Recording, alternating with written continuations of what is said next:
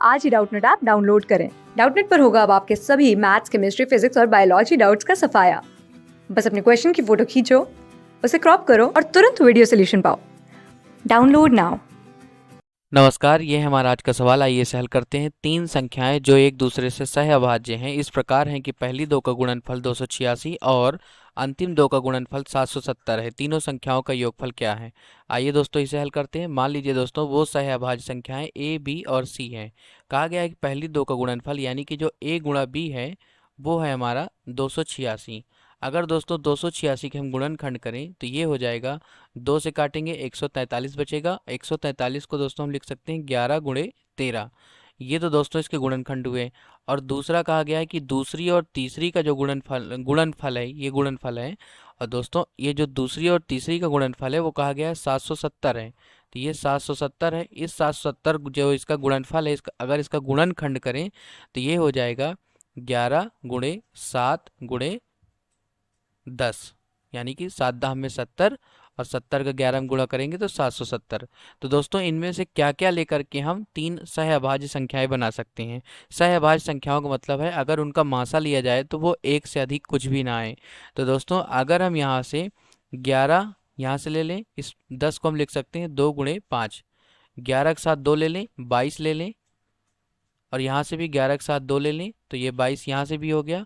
गुणे दोस्तों अगर 13 ले लें और इसमें से ये 13 ले लें और ये 7 ले लें, तो ये दोस्तों तीनों सहअभाज्य संख्याएं बन गई हमारी, 22, 13 और 7।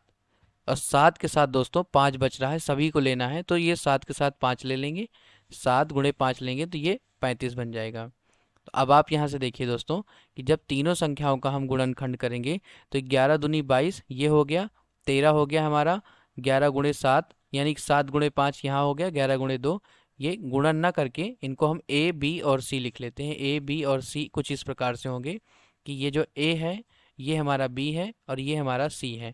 तो दोस्तों जो कहा गया पहली और दूसरी का गुणनफल, ये पहली और दूसरी का जब 22 और 13 गुणन करेंगे तो 11 गुणे 2 गुणे 11 गुणे 13 ये बन गया दोस्तों 11 गुणे 2 यानी कि 22 गुणे 13। ये पहली और दूसरी गुणनफल ये 286 बन भी जाएगा। और अगर दूसरी और तीसरी को देखा जाए तो बी और सी में 7 और 5 को लिया गया है। ये 7 और 5 को एक साथ लिया गया है, 7 पचे 35 और ये 11 गुणे 2, 11 दूनी 22। तो हम इसको ऐसे लिख सकते हैं कि 22 यहाँ कर लें और 13 यहाँ कर लें, 22 यहाँ कर लें दोस्तों और 13 यहाँ कर लें। अब ये सेटिस्फाई हो जाएगा। अब ये हम इसको सत्यापित कर सकते हैं कि जब 22 गुणे 35 करेंगे तो 770 प्राप्त होगा, यानी कि ये 7 पचे 35 और 11 दूनी 22 ये दूसरी संख्या प्राप्त होगी। 11 दूनी 22, 7 पचे 35 और पहली संख्या 13 गुणे 11 दूनी 22, 13 ये हो गई, 11 दूनी 22 ये हो गई। तो दोस्तों संख्याएं हो गई 13 धन 22 धन 35। सवाल में हमसे कहा गया है कि इन संख्याओं का योगफल क्या है। इसको जब जोड़ेंगे दोस्तों ये हो जाएगा 5 2 7 3 10 के 0 हासिल 1 3 1 4 2 6 1 7 70 दिया है सी डी विकल्प में। धन्यवाद। क्लास 6 से 12 से लेके नीट, IIT, जेईई मेंस और एडवांस के लेवल तक 10 मिलियन से ज्यादा स्टूडेंट्स का भरोसा। आज ही डाउनलोड करें डाउटनेट ऐप या व्हाट्सएप कीजिए अपने डाउट्स 8400 400 400 पर।